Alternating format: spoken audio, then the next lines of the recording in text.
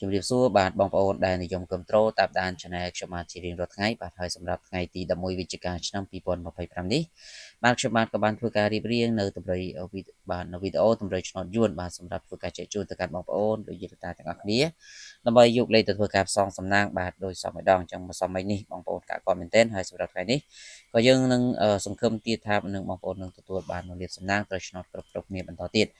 ចឹងបងប្អូនយើងកុំអោយខាតពេលយូរយើងចូលទៅកាន់តម្រុយដែលខ្ញុំបានធ្វើការរៀបចំចែកជូនទៅកាន់បងប្អូនតែម្ដងសម្រាប់ឆ្នោតម៉ោង 10:35 នាទីព្រឹកសម្រាប់ឆ្នោតយួនថ្មី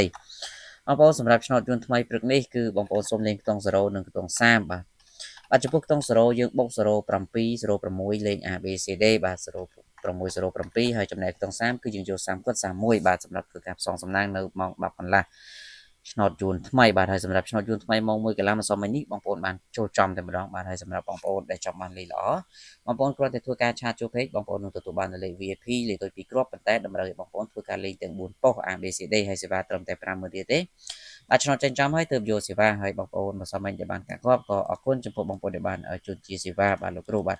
ហើយសម្រាប់ម៉ោង 4 កន្លះក៏ដូចគ្នាគឺយើងមានលេខតូច2គ្រាប់លេង4ប៉ុស្តិ៍សេវា 50000 ដូចគ្នាអញ្ចឹងបងប្អូនដែលចង់បានលេខម៉ោង 1 ណាក៏បានគឺបងប្អូនអាចធ្វើការឆាតចូល page ដើម្បីសុំទាំងអស់គ្នាសម្រាប់ម៉ោង 6 បាទវិញបាទពុកម៉ែមីសូមលេងខ្ទង់7និងខ្ទង់30បាទចំពោះខ្ទង់7នេះគឺយើងធ្វើការបូក74 77លេង ABCD ហើយចំណែកខ្ទង់30គឺយើងយក38និង39បាទអញ្ចឹងលោកយាយតាបងប្អូនសម្រាប់ឆ្នោតយួនថ្ងៃនេះបាទគឺខ្ញុំបាទក៏មានតែប៉ុណ្ណឹងក៏សូមអរគុណចំពោះបងប្អូនដែលបានចំណាយពេលវេលាតាមដានតាំងពីដើមរហូតដល់ចប់ក៏សូមជូនពរសំណាងល្អត្រូវឆ្នោតគ្រប់គ្នាបាទសូមគោរពលា